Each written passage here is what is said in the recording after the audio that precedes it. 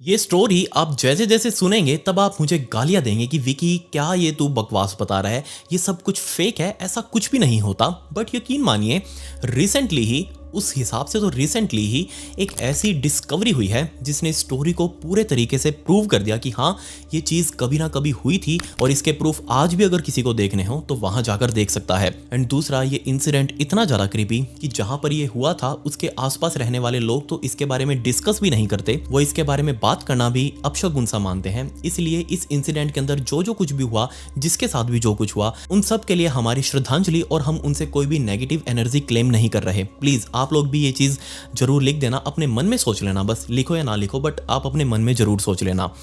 But उससे पहले आप प्लीज इस वीडियो को एक लाइक जरूर दे दें, क्योंकि अब की बार 20,000। सब्सक्राइब बटन के ऊपर भी क्लिक कर दें, अपने कमेंट्स में सवाल जरूर लिखते रहें, क्योंकि मैं आज भी 5 सवाल पिक करूंगा, उनको जवाब दूंगा आपके सामने। Let's dive in.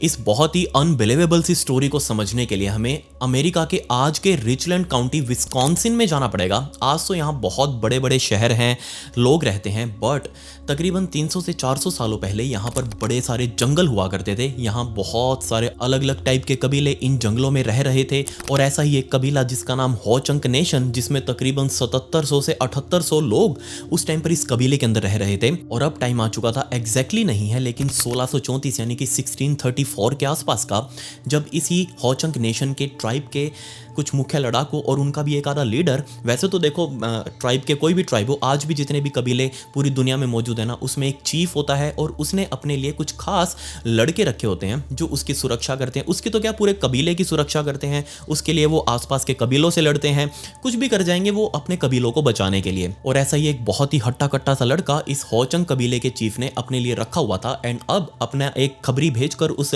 लड़के को बुलाया गया कि एक बार आओ, जरूरी काम है। एंड ये हट्टा कट्टा सा लड़का अपने कुछ 2 दोस्तों को लेकर अब जा रहा था अपने चीफ से मिलने के लिए। रास्ते में जाते जाते तीनों लोग आपस में बात कर रहे थे, क्योंकि इनको आइडिया हो चुका था कि चीफ ने इनको यहाँ क्यों बुलाया है। सो जैसे ये लोग यहाँ पर पहुंचे, चीफ सामने खड़ा था एंड उसके पूरे आसपास के जो मंत्री वगैरह थे, जो उसके प्रमुख बूढ़े लोग थे, वो भी उसके आसपास बैठे हुए थे। एंड तुरंत उस चीफ ने इस लड़के को देखकर कहा कि आओ आओ यार, बहुत देर से मैं तुम्हारी वेट कर रहा था। असल में यहाँ 2 दिनों पहले इस गांव के ही 3 छोटे छोटे बच्चे, तकरीबन 12-13 सालों के, वो एक हिरण का शिकार करने के लिए आसपास के जंगली इलाके में गए थे। एंड यू नो, बहुत गहरा जंगल, बड़ी बड़ी पहाड़ियां, एंड इन लोगों को इस आसपास के इलाके के बारे में बहुत अच्छी जानकारी थी। और इस पूरे कबीले का मेन खाना भी शिकार के ऊपर डिपेंड था। सो ये लगातार अपना ग्रुप बनाकर शिकार के ऊपर अलग अलग जगहों पर जाया करते थे, अपने बच्चों को भी साथ लेकर जाते। एंड अब ये तीनों बच्चे भी परफेक्ट हो चुके थे। सो ये तीनों 2 दिनों पहले आसपास के इलाके में कहीं हिरण का शिकार करने के लिए गए थे।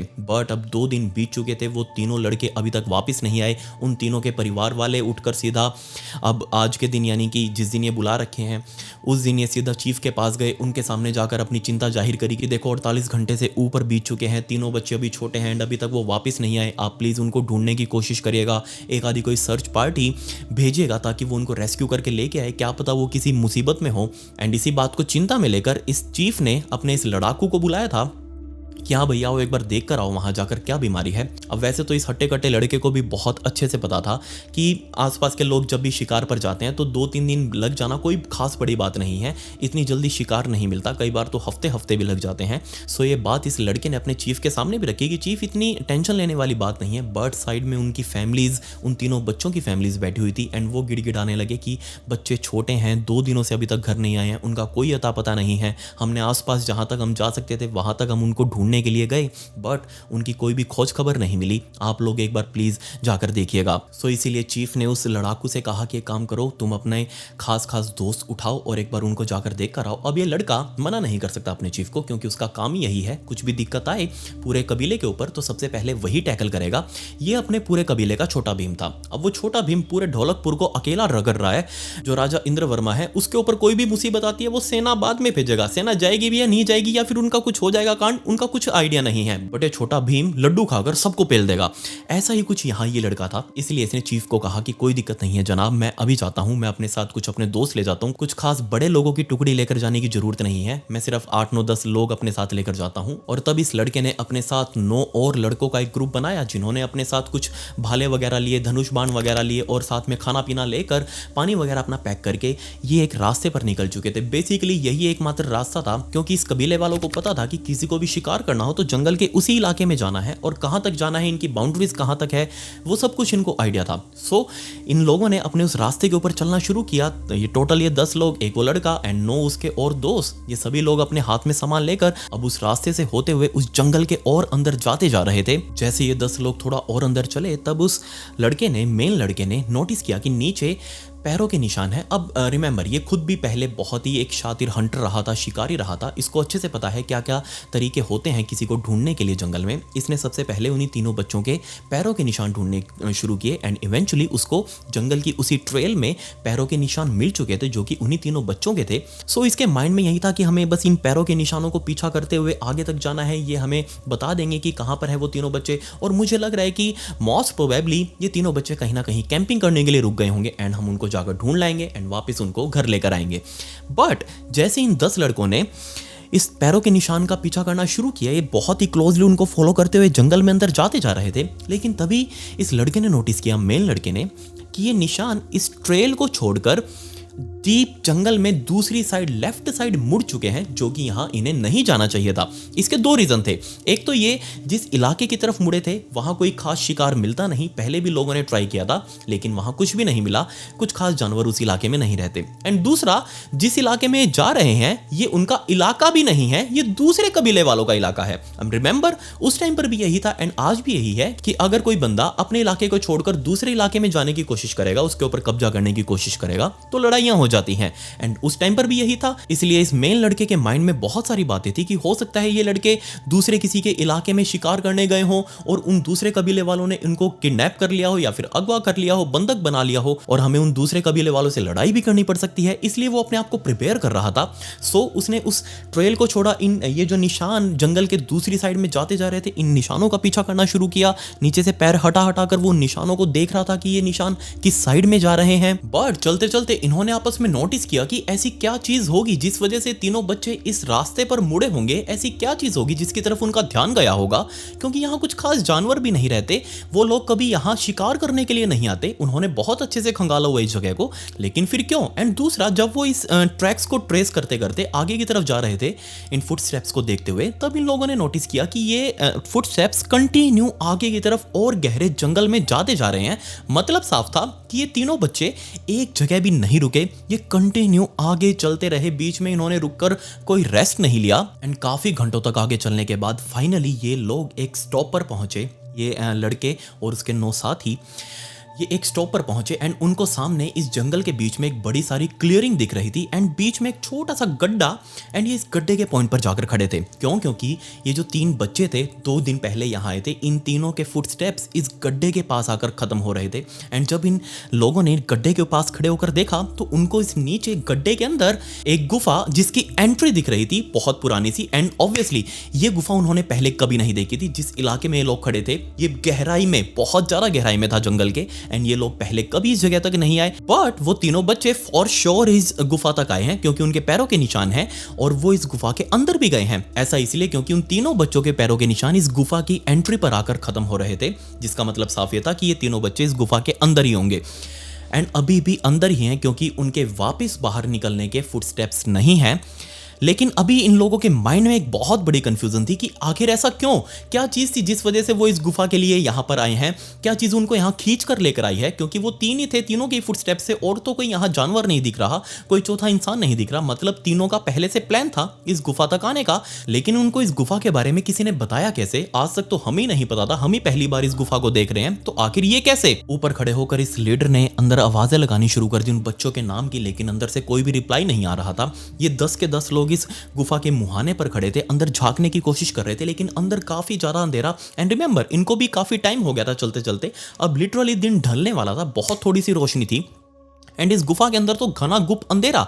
बेशक वो थोड़ा बहुत तो आगे तक का देख पा रहे थे, लेकिन एंड में कहीं जाकर ये गुफा या तो राइट या फिर लेफ्ट कहीं मुड़ रही थी, जिस वजह से एंड में बहुत ज्यादा अंधेरा हो रखा था, इसलिए ये ज्यादा दूर तक नहीं देख पा रहे। बट इन्होंने बाहर खड़े होकर आवाजें लगानी शुरू करी, लेकिन अंदर से कोई भी आवाज नहीं आई। तब इस लीडर ने फाइनल किया कि हाँ, मुझे अपने 2 लड़कों को भेजना पड़ेगा अंदर इस गुफा में, ताकि वो जाकर देखें कि अंदर क्या बीमारी है। हो सकता है कोई अंदर शिकारी बैठा हो, कोई इनका शिकार कर ले, अंदर हो सकता है कोई भी खतरा हो कुछ भी हो सकता है अंदर। प्रोबेबिलिटी बहुत ज्यादा थी इस बात की, लेकिन फिर भी उन तीनों बच्चों को बाहर निकालना था, इसलिए अंदर किसी को भेजना पड़ेगा। तब इस लीडर ने अपने 2 सबसे खास लड़कों को तैयार किया कि तुम दोनों जाओगे अंदर और जाकर देखोगे क्या बीमारी है। उन दोनों ने कहा कि ठीक है, हम दोनों जाते हैं। तब ये दोनों जाने वाले लड़कों ने पानी वानी पिया, क्योंकि उनको कोई आइडिया नहीं था कि अंदर कितना टाइम लगने वाला है। कुछ खाया जो अपने साथ लेकर आए थे, और ये दोनों लड़के फाइनली उस गड्ढे में नीचे उतरे। एंड वो जो आगे गुफा का मुहाना था, उस गुफा के मुहाने में अंदर स्ट्रेट घुस चुके थे। उन दोनों ने भी अंदर घुसते ही उन बच्चों के नाम चिल्लाने शुरू कर दिए। एंड बाहर खड़े 8 लोग बाकी के ये क्लियरली सुन पा रहे थे कि ये दोनों आवाजें तो लगा रहे हैं, लेकिन अंदर से कोई भी रिप्लाई नहीं आ रहा। लेकिन फिर भी ये दोनों आवाजें लगाते लगाते धीरे धीरे अंदर घुसते जा रहे हैं। एंड ये बाहर खड़े 8 लोग उनको झुककर देख रहे हैं कि ये अंदर कितनी दूर तक चले गए। एंड फाइनली ये दोनों लोग जो अंदर गए थे, ये इतनी दूर तक जा चुके थे कि अब बाहर से इनको नहीं देख पा रहे, सिर्फ इनकी आवाज ही थी जो थोड़ी बहुत बाहर आ रही थी, जो ये लोग अंदर चिल्ला रहे थे। एंड इसके सिर्फ 1-1.5 मिनट बाद ही जो 2 लोग अंदर गए थे, उनकी भी आवाजें आनी बंद हो गई। अब 5 मिनट वेट किया, 10 मिनट वेट किया, इन बाहर खड़े लोगों ने 15 मिनट 20 मिनट बीत चुके थे, अंदर से कोई भी आवाज नहीं आ रही। पहले तो इनकी चिल्लाने की तो आ रही थी, अब वो भी नहीं आ रही। आखिर अंदर चल क्या रहा है, ये दोनों गए कहां पर? तब ये लीडर लड़का ये खुद उस गड्ढे में नीचे उतरा एंड इस गुफा के मुहाने पर खड़ा होकर उसके अंदर झांक कर ये जो 2 लड़के गए थे, अब इन दोनों के नामों को चिल्लाने लगा, क्योंकि ये दोनों भी अब मिसिंग हो चुके थे, ये दोनों भी गायब थे, इनके बारे में भी कुछ नहीं पता।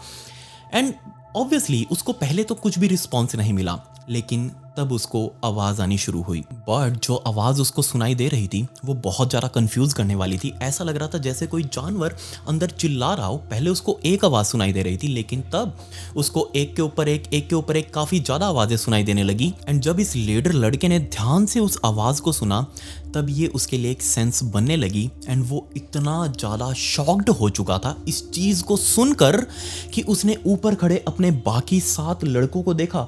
उनकी भी आंखें इतनी ही शॉक्ड थी जितना ये शॉक्ड था, क्योंकि ये जो आवाज वो अभी सुन रहे थे, ये बहुत बहुत ज्यादा जानी पहचानी सी थी। जी हाँ, ये कोई बातों की आवाज नहीं थी, ये था एक पर्टिकुलरली गाना स्पेशल इन होचंग कबीले वाले लोगों ने बना रखा था। और इस गाने को तब गाया जाता था जब होचंग कबीले में किसी की मौत होने वाली हो या फिर उसका अंतिम संस्कार किया जा रहा हो।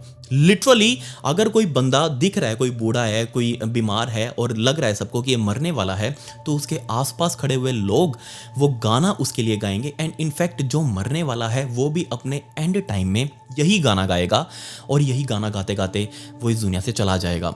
एंड ये आवाज उसको सुनाई दे रही थी अंदर से। एंड इनफैक्ट एक आदमी वो गाना नहीं गा रहा था, अंदर से मल्टीपल लोग एक साथ इस गाना को इस गुफा के अंदर गा रहे थे। ऊपर खड़े 7 लड़के नीचे कूदे और अपने लीडर के पास आकर देखने लगे कि आखिर क्या बीमारी है, अंदर से आवाज कैसी आ रही है। एंड इनफैक्ट इतने में ही कुछ लोग समझ पाते और इनका लीडर बता पाता कि हमें आगे आखिर क्या करना चाहिए। इन पीछे खड़े 7 लड़कों में से 6 लड़के वो समझ चुके थे कि अंदर कुछ बहुत बड़ी दिक्कत है, हमारे साथ ही किसी बड़ी मुसीबत में है। एंड ये बिना कुछ सोचे समझे उस गुफा के अंदर घुस गए, जबकि एक लड़का एंड वो मेन लड़ाकू लीडर ये बाहर खड़े थे।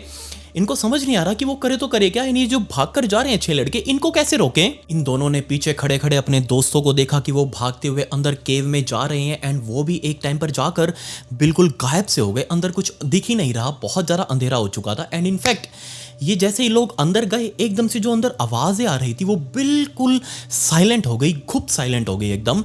एंड वो जो दूसरा लड़का खड़ा रहा उस लड़ाकू लीडर के पीछे, ये लीडर उसकी तरफ देखने लगा एंड उसने हाथ खड़े कर दिए कि नहीं नहीं बाबूजी, मैं नहीं अंदर जाने वाला, मेरे को बख्श दो, मैं अंदर देखने के लिए बिल्कुल नहीं जाऊंगा। एंड उस लीडर ने कहा कि मैं तुम्हें भेज भी नहीं रहा। एंड इससे पहले कि ये कुछ सोच पाते, इतने में ही वो डेथ सॉन्ग इनका ये दोबारा से प्ले होने लगा इस गुफा के अंदर से बहुत सारी आवाज़ें आने लगी। जितनी आवाज़ें पहले आ रही थी उससे कहीं ज़्यादा, एक के ऊपर एक मिल मिल कर बहुत सारे लोग अंदर एक साथ ही एक गाना गा रहे थे। बट इस टाइम पर इन दोनों को एक डिसीजन लेना था। बेशक इस लीडर को पता था कि इसके साथ ही इसकी रिस्पॉन्सिबिलिटी है, ये अकेला जाएगा वहाँ गाँव में तो वहाँ के जो चीफ है इनका वो पूछेगा इनसे कि क्या हुआ, तुम्हारे वो साथी कहाँ हैं सारे, वो क्या जवाब देगा। लेकिन इस टाइम पर उसको समझदारी दिखानी थी। उसको पता था कि अंदर कुछ ना कुछ इस गुफा के अंदर बहुत तगड़ी भसड़ है, जो अंदर जाते ही बंदे गायब हो रहे हैं। अगर ये और इसका साथी ये दोनों भी अंदर चले गए और इनके साथ भगवान ना करे कुछ हो गया तो इनके गांव वालों को पता भी नहीं चलेगा कभी कि आखिर इनके साथ हुआ क्या था। वो लोग और लोगों को भेजेंगे इनको ढूंढने के लिए एंड वो लोग भी यहाँ पर आएंगे एंड वो भी हमको देखने के लिए अंदर आएंगे एंड उनके साथ भी यही सब कुछ होगा एंड ये एक एंडलेस लूप बन जाएगा। इसलिए यहाँ समझदारी इसी में ही है कि इन लोगों को ऐसे ही यहाँ गुफा में छोड़ो एंड यहाँ से सीधा भागते हुए वापस अपने गाँव चले। इस पॉइंट पर उस लीडर ने अपने उसी एक बचे हुए साथी को कहा कि चलो वापस चलते हैं। ये दोनों वापस उस गड्ढे से बाहर निकले एंड भागते हुए, रात का अंधेरा हो चुका था एंड भागते भागते माइल्स एंड माइल्स अवे ये सीधा अपने कबीले के चीफ के पास पहुंचे एंड वहां जाकर सब कुछ बताया। ये सारी बातें सुनकर ना सिर्फ वो चीफ बल्कि पूरा कबीला हैरान था, ऐसा कैसे पॉसिबल है। लेकिन उन्होंने रात को एक डिसीजन बनाया कि सुबह होते ही थोड़ी सी भी रोशनी होगी ना, जैसे ही दिन निकलेगा, हम में से बहुत सारे लोग, तकरीबन 150 से 200 लोग एक साथ वहां चलेंगे देखने के लिए कि उस गुफा में क्या है और हमारे साथियों के साथ क्या हुआ है।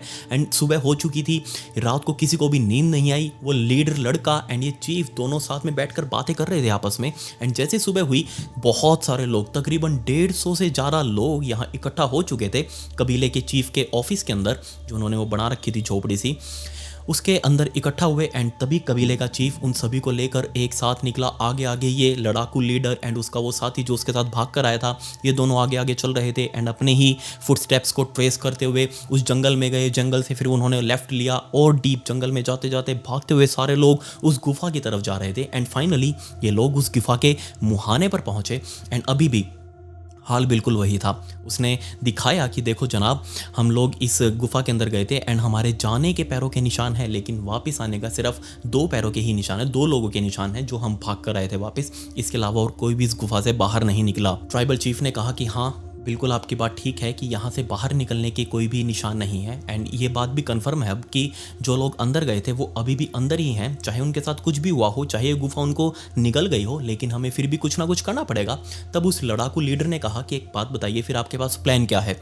तब चीफ ने कहा कि मेरे पास एक मस्त प्लान है, बनाते हैं कुछ। उसने कहा कि देखो, तुमने इस गुफा को देखा है, थोड़ा सा अंदर झांक कर देखा है, तुम्हें इसका आइडिया है कि यहाँ क्या होता है। हमें तो अभी कुछ भी नहीं पता इसके बारे में, हम तो पहली बार देख रहे हैं। सो आगे तुम रहोगे, तुम्हारे आगे वो लड़का जो तुम्हारे साथ कल गया था, तुम्हारा साथी, सबसे आगे वो लड़का, उसके पीछे तुम और उसके पीछे हम सभी एक के साथ एक अपना हाथ पकड़ेंगे। हर कोई व्यक्ति एक दूसरे का हाथ पकड़ कर रखेगा, तुम सबसे आगे वाले का पकड़ कर रखना और पीछे पीछे पीछे हर व्यक्ति एक चैन बनाता हुआ इस गुफा के अंदर घुसेगा। कोई भी किसी का हाथ नहीं छोड़ेगा, चाहे कुछ भी हो जाए। और अगर हाथ छूटा किसी का तो सभी तुरंत भागकर बाहर आ जाएंगे गुफा से। प्लान बहुत मस्त था। तुरंत वो जो लड़का जो साथ ही भाग कर आया था उस लीडर का, वो सबसे आगे खड़ा हुआ गुफा के मुहाने पर एंड उसके पीछे वो लड़ाकू लीडर। एंड फिर इस चीफ ने अपने और जो साथी लेकर आया था गांव से, इसने एक एक करके सारों ने चैन बनानी शुरू करी एंड धीरे धीरे ये लोग उस चैन के सहारे इस गुफा के अंदर घुसते जा रहे थे। आगे जाते जाते जो सबसे आगे वो लड़का था वो दीवारों को टच करते करते आगे की तरफ बढ़ रहा था। बट तकरीबन 50 से 60 फीट ही ये लोग अंदर गए होंगे। तकरीबन 50 के आसपास लोग भी अंदर घुस चुके थे अब इस गुफा के अंदर। एंड तभी 50-60 फीट आगे जाने के बाद आगे वाले लड़के ने नोटिस किया कि ये गुफा बजाय कहीं और नीचे या फिर लेफ्ट जाने की, ये गुफा सीधा एक स्टीप टर्न लेती है राइट साइड की तरफ। एंड इस टर्न को फील करके वो आगे वाला लड़का भी उस साइड में मुड़ गया, राइट साइड में। पीछे वालों ने आगे चल रहे लड़कों के नाम बोलने शुरू कर दिए कि ताकि उनको ये लगे कि हाँ वो उनके पीछे ही है, उनके साथ है, उनका हौसला बना रहे। एंड इनफैक्ट जो आगे चल रहे थे वो उन लड़कों के नाम बोल रहे थे जो गायब हुए थे कल, 6 लड़के और उससे पहले 3 वो छोटे बच्चे, उन लोगों के नाम बोल रहे थे बार बार। बट उनको सामने से कोई भी रिप्लाई नहीं आ रहा। एंड इनफैक्ट आगे चलकर ये गुफा थोड़ी सी संकरी सी हो गई, थोड़ी सी नैरो सी हो गई। एंड इनफैक्ट अब इस पॉइंट पर एक ही आदमी उस दीवार को क्रॉस कर सकता था। एंड जैसे वो दीवार क्रॉस हुई उसके बाद इस गुफा की दीवारों से ऐसे लग रहा था जैसे बहुत जोर जोर से वही डेथ सॉन्ग की आवाज आ रही थी, बहुत बहुत ज्यादा तेज। हर सेकंड के साथ वो आवाज बहुत बहुत ज्यादा तेज होती जा रही थी। इनफैक्ट ये सारे लोग उस सॉन्ग को सुन पा रहे थे, सभी को बहुत ज्यादा डर लग रहा था। एंड तभी और आगे जाते जाते वो जो लड़ाकू लीडर था सेकंड नंबर पर लाइन में, उसने फील किया कि उसके आगे चल रहा लड़का, उसका हाथ उसको फील नहीं हो रहा, मतलब कि उसके आगे कोई है ही नहीं। वो लड़का एकदम से गायब हो चुका है। ऐसा कैसे पॉसिबल है? अभी तक उसने उसका हाथ पकड़ा हुआ था, लेकिन अब उसके हाथ में उसका हाथ है ही नहीं। वो कहाँ गया? इस लड़के ने, लड़ाकू लीडर ने उस लड़के का नाम चिल्लाना शुरू कर दिया, क्योंकि अंधेरा दिख तो वहां कुछ रहा नहीं। वो दीवारों को हाथ लगा लगा कर उसका नाम चिल्ला रहा है, बट सामने उसको कोई भी नहीं दिख रहा। एंड वो लड़का भी रिप्लाई नहीं कर रहा। और इतनी देर में ये लड़ाकू लीडर थोड़ा सा जैसे और आगे चला, इसने भी अपना मुंह बड़ा सारा खोलकर इसी डेथ सॉन्ग को बहुत जोर जोर से चिल्लाना शुरू कर दिया। ये भी वही सॉन्ग गा रहा था। एंड सेम इसी मोमेंट पर बाहर इस पूरे कबीले का चीफ अपने कुछ प्रमुख मंत्रियों के साथ खड़ा था। एंड उसने नोटिस किया कि ये जो लोग अंदर जा रहे हैं, बहुत शोर शराबा वगैरह करते हुए अंदर जा रहे हैं। एंड इनफैक्ट उसको भी वो डेथ सॉन्ग की आवाज बाहर आ रही थी। एंड तभी उसने नोटिस किया कि ये लोग जो अभी तक अंदर जा रहे थे अपनी लाइन बनाकर, इन सब ने अपनी लाइन तोड़ दी। एंड बहुत पैनिक करके ये लोग एक दूसरे के ऊपर चढ़ते हुए, भगदड़ मचाते हुए इस छोटी सी गुफा से बाहर निकलने की कोशिश कर रहे हैं। सभी लोग एक के ऊपर एक चढ़ के बाहर निकल रहे हैं। एंड तभी वो चीफ सबसे पूछ रहे हैं कि क्या हुआ क्या हुआ, सब बाहर क्यों आ रहे हो, अंदर क्या हो रहा है ऐसा। एंड जब लोग बाहर आ गए तब उन्होंने बताया कि अंदर तो कुछ भी दिख नहीं रहा। एंड इनफैक्ट अंदर वो सॉन्ग उनके कानों को बहुत ज़्यादा पिंच कर रहा है, अंदर उनको कहीं जाने नहीं दे रहा। एंड जब अंदर से आए हुए लोगों की गिनती की गई तो तकरीबन 15 लोग जो टोटल अंदर गए थे, उनमें से 15 लोग गायब थे। वो 15 लोग अंदर ही गुफा में रह चुके थे, वो कभी बाहर नहीं निकले। ये चीज़ देखकर ट्राइबल चीफ वो भी बहुत ज़्यादा हैरान था, क्योंकि उसका सबसे प्रमुख लड़ाकू लीडर वो भी इन 15 लोगों में शामिल था, वो भी बाहर नहीं आया वापस। इस मोमेंट पर उस चीफ ने सभी के सामने, जो लोग वहां खड़े थे उन सभी को कह दिया कि इस गुफा को यहीं भूल जाओ, इस गुफा की तरफ कभी मुंह कर कर नहीं देखना, क्योंकि हमें लगता है कि इस गुफा के अंदर शैतान रह रहा है। जो भी इस गुफा के अंदर जा रहा है वो शैतान उसको अपने कब्जे में कर लेता है, उसको निगल जाता है। ये गुफा एक शैतान की गुफा है, इसको ऐसे ही छोड़ दो। ये बात बोलकर उसने अपने सभी बाकी बचे हुए लोगों को इकट्ठा किया, वापस इस गुफा को यहीं छोड़कर अपने कबीले की तरफ जा चुका था, अपने गाँव में जा चुका था। वहाँ कर सभी लोग हैरान। जिसने भी ये बात सुनी, तकरीबन 7800 लोग थे टोटल, जिसने भी ये बात सुनी सभी बहुत ज़्यादा हैरान कि ऐसा पॉसिबल भी कैसे है, इस गुफा के अंदर ऐसा क्या बसा हुआ है जो जिंदा ही लोगों को निकल रहा है। एंड उसके बारे में कुछ पता भी नहीं चल पा रहा, अंदर अंधेरा बहुत ज़्यादा है, कुछ भी किसी को समझ नहीं आ रहा। बट ट्राइबल चीफ ने कहा कि हमने उस गुफा को ऐसे ही छोड़ा है, हमारे बहुत ही बहादुर लड़के उस गुफा के अंदर गायब हुए हैं। हमें उम्मीद है कि आने वाले टाइम में, दिनों में, महीनों में या फिर कुछ टाइम बाद, इससे भी ज़्यादा टाइम लग सकता है, हो सकता है हमारे वो बहुत ज़्यादा बहादुर लड़के उस गुफा से वापस कभी ना कभी निकलेंगे, इसलिए हमें थोड़ा वेट करना चाहिए। एंड दूसरा उसने रूल बना दिया कि इस गुफा के पास कभी भी कोई बिना बताए नहीं जाएगा, कभी किसी को बताकर भी नहीं जाना। इनफैक्ट उसको पूरे तरीके से बैन कर दिया कि इस गुफा के पास किसी को नहीं जाना, क्योंकि मैं किसी और की जान को अब इसके ऊपर दांव पर नहीं लगा सकता, इसलिए इसको पूरे तरीके से बैन किया गया। तकरीबन इन कबीले वालों ने 2 साल तक वेट करी जो लोग इसके अंदर गए थे उनके वापस आने की, लेकिन 2 सालों तक भी वो लोग नहीं आए। तब इस चीफ ने डिसाइड किया कि अब हमें इस गुफा के मुहाने को हमेशा के लिए बंद कर देना चाहिए। पहले जहाँ ये एक गुफा थी, अब इस गुफा को एक मकबरा टाइप बना दो, अंदर ही वो लोग, उनकी समाधि बन गई होगी, उसको कब्रिस्तान बना दो और इस गुफा के मुहाने को यहीं से बंद कर दो, ताकि कोई और इस गुफा के अंदर गलती से भी पैर ना रख पाए। एंड तब सभी गांव वालों ने इकट्ठे होकर अपने अपने घर से, अपने अपने गांव से उठाकर वो बड़े बड़े पत्थर उस गुफा तक लेकर गए। जो भी जंगल में सामान मिला उस जंगल से उठाकर इस गुफा के बड़े सारे गड्ढे को भी बंद कर दिया गया। उस मुहाने के ऊपर भी बड़े बड़े पत्थर लगाकर ऊपर घास फूस डाल दी गई, मिट्टी डाल दी गई, प्रॉपर पूरे तरीके से बंद कर दिया गया। एंड ये स्टोरी थी जो कि हो-चंक नेशन ने इसको आने वाले अपने जनरेशन्स तक पास किया कि एक्चुअल में उन लोगों के साथ क्या हुआ था, उस गुफा में क्या हुआ था, उस गुफा की मिस्ट्री क्या थी। अब जो शुरुआती जनरेशन्स ने इस स्टोरी को एक्चुअल में देखा था, इस पूरी सीन को एक्चुअल में देखा था, उन लोगों ने जब अपने बच्चों को बताया तो कुछ बच्चों ने तो माना, लेकिन आने वाले जैसे पीढ़ी दर पीढ़ी आगे पास होती गई, उसके बाद इसको एक स्टोरी या फिर एक रियल इंसिडेंट ना मानकर ये उनको बस एक ऐसे अपनी कथा सी मानने लगे कि एक फोकलोर है हमारी, बस ये हमारा ट्रेडिशन है, ये हमारे साथ कभी ना कभी हुआ था। वो इस चीज़ों के ऊपर बिलीव नहीं कर रहे थे। बट तकरीबन 300 सालों के आसपास का टाइम बीत गया। अब आया सन 1930 तक आते आते ये पूरा रिचलैंड काउंटी विस्कॉन्सिन ये पूरा बस चुका था। इसके अंदर बड़े बड़े शहर खड़े हो चुके थे, पूरा अमेरिका देश बन चुका था।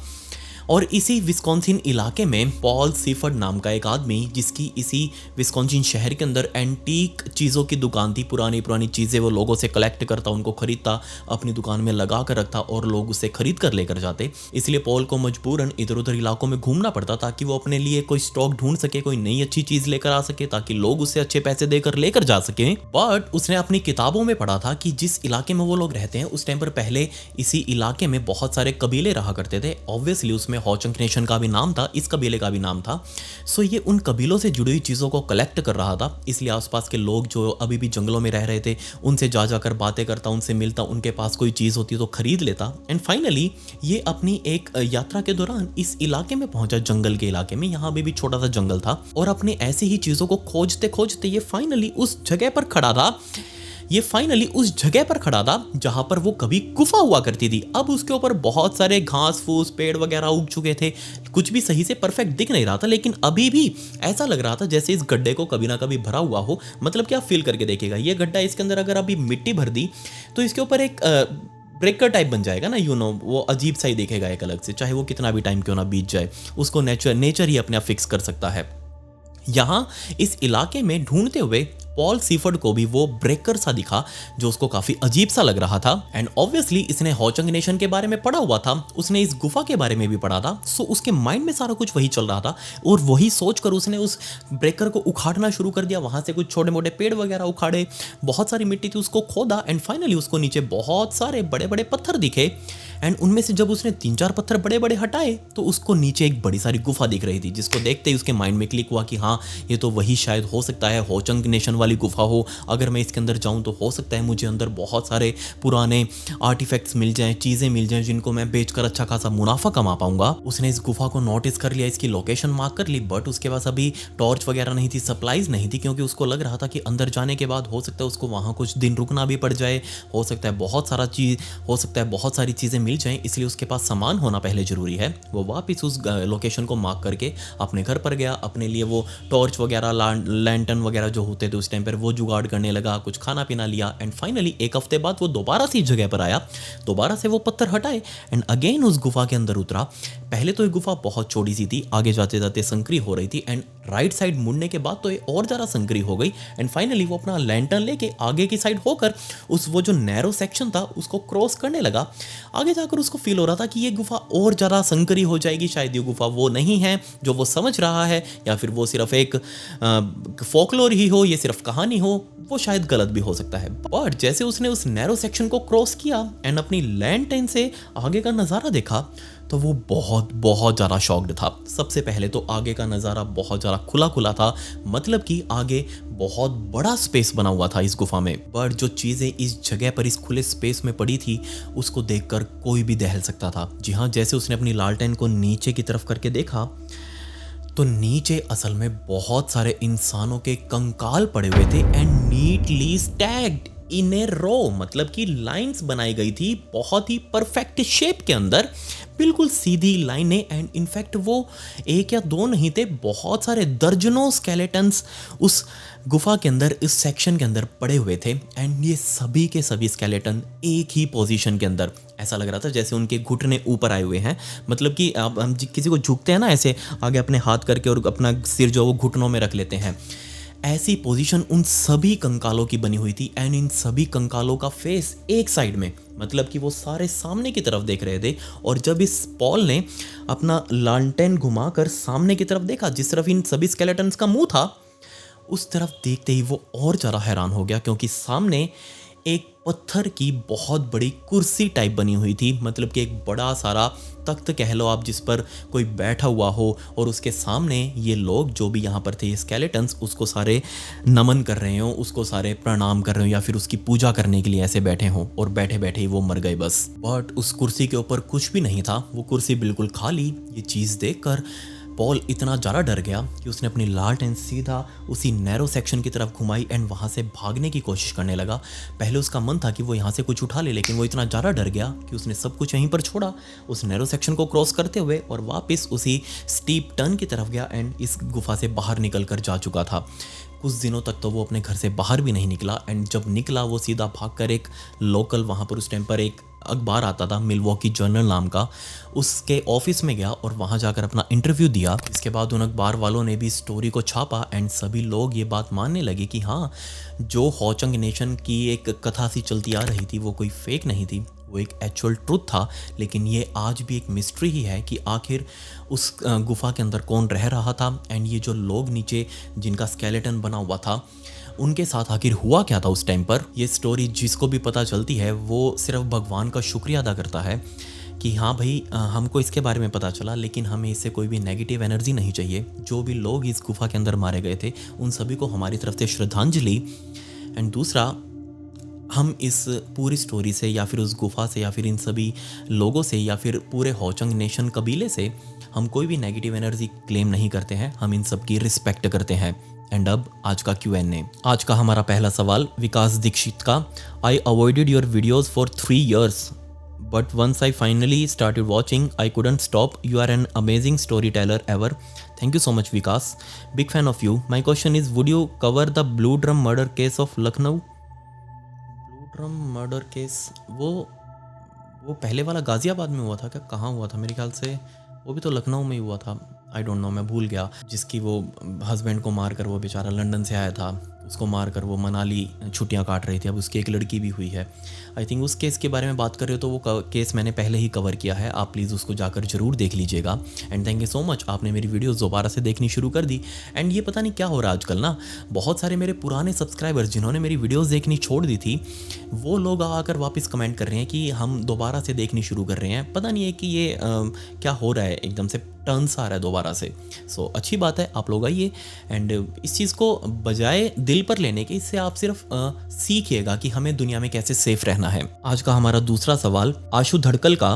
विकी भाई सलाम, hope you are fine. I am from Nepal and I love your videos. The style you are define is very amazing. My question is, you have ever seen any ghost or something like negative energy on your life? Pick me. Love you. God bless you. Thank you so much Ashu. And हाँ, मेरे साथ कुछ किस्से हैं। Specially एक किस्सा है जो मैं कभी आपके साथ फिर कभी डिस्कस करूँगा। एंड ये किस्सा है UAE का। जब मैं दुबई गया था एंड उसके बाद रसल खैमा गए थे हम, वहाँ का एक किस्सा है, वो बहुत ही स्पेशल है मेरे लिए। कभी ना कभी मैं आपको ज़रूर बताऊँगा। वहाँ पर मेरे साथ जो हुआ था ना, वो मुझे लिटरली पूरी लाइफ याद रहेगा।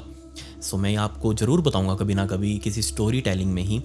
सो आप उस चीज़ के लिए वेट करिएगा। And thank you so much Ashu, आप मुझे इतना सपोर्ट कर रहे हैं। आज का हमारा तीसरा सवाल।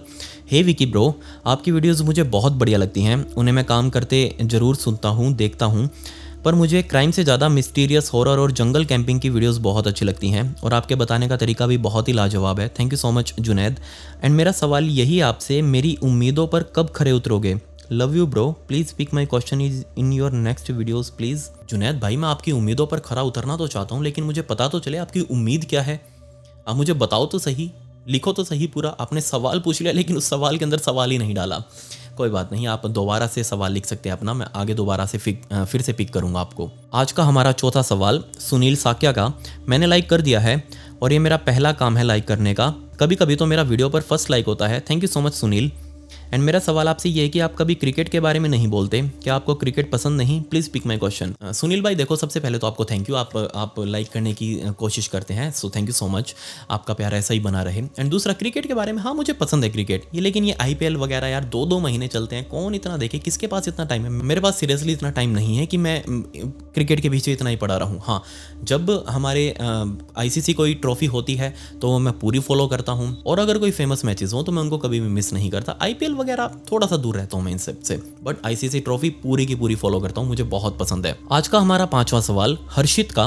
हेलो विकी भैया, lots of love to you. मेरा नाम हर्षित है और आपकी बनाई हुई सारी वीडियोस मेरे लिए एक ईयरवॉर्म जैसी हैं। चाहे मैं कितना भी कुछ भी और सुनने की कोशिश करूं, पर आपकी वीडियो मुझे हमेशा याद आ जाती हैं। Thank you so much Harshit. Question आपका, भैया जैसे कि आप कहते हैं कि आप ये चैनल सिर्फ और सिर्फ इसलिए चला रहे हैं क्योंकि आपको इसमें मज़ा आता है और आपको सच्चाई बोलने में कोई भी परेशानी नहीं होती, लाइक सम वर्ड्स जो कि यूट्यूब पे नहीं बोल सकते लेकिन आप बोलते हैं। जी हाँ, बिल्कुल ठीक बात है। तो क्या आप अपनी मैच्योर ऑडियंस के लिए सीरीज़ वीडियोज़ कभी बनाएंगे, जैसे series of gruesome serial killers, most brutal cases, awkward killers, iceberg etcetera? भैया आप ऐसी सीरीज़ बनाओगे तो सच में बहुत मज़ा आएगा, प्लीज़ रिप्लाई करना। Thank you so much Harshit. And जो आपने कहा है उसके बारे में तो देखो आप लोग ही मुझे बताएंगे, मुझे तो पसंद है, क्राइम कैसा भी हो, छोटा हो बड़ा हो, मैं तो सब बनाने के लिए तैयार हूँ। बट आप लोग मुझे बताइए कि क्या मुझे ऐसी सीरीज़ कोई कवर करनी चाहिए, मोस्ट ब्रूटल सीरियल किलर्स या फिर ऑकर्ड क्राइम या फिर ऑकर्ड किलिंग्स जो हुई हैं, जो भी हो आप मुझे बताइए कि क्या मुझे वो सब कवर करना चाहिए एक सीरीज़ के अंदर। अगर आप हाँ कहेंगे तो मैं ज़रूर उस चीज़ को मना कर ही नहीं सकता। आपकी सारी ख्वाहिशें मेरी सर आँखों पर। एंड दूसरा, ये मेरे इंस्टाग्राम आईडी है, इसका लिंक आपको डिस्क्रिप्शन में भी मिल जाएगा। अगर आप वहाँ आकर मुझसे बातें करना चाहते हैं या फिर वहीं पर मैंने ब्रॉडकास्ट चैनल बना रखा है, तो आप उस ब्रॉडकास्ट चैनल को जरूर ज्वाइन कर लीजिएगा। वहाँ पर मैं स्टोरी से रिलेटेड बैक स्टोरी फुटेज और फोटोज अपलोड करता हूँ, तो आपके हाथ से फॉलो बटन जरूर क्लिक हो जाना चाहिए। खैर, पिछली वीडियो का शाउट आउट साकिब सोहेल को and comment pick me to get a shout out in next video. मिलते हैं अगली वीडियो में। ये वीडियो देखने के लिए धन्यवाद।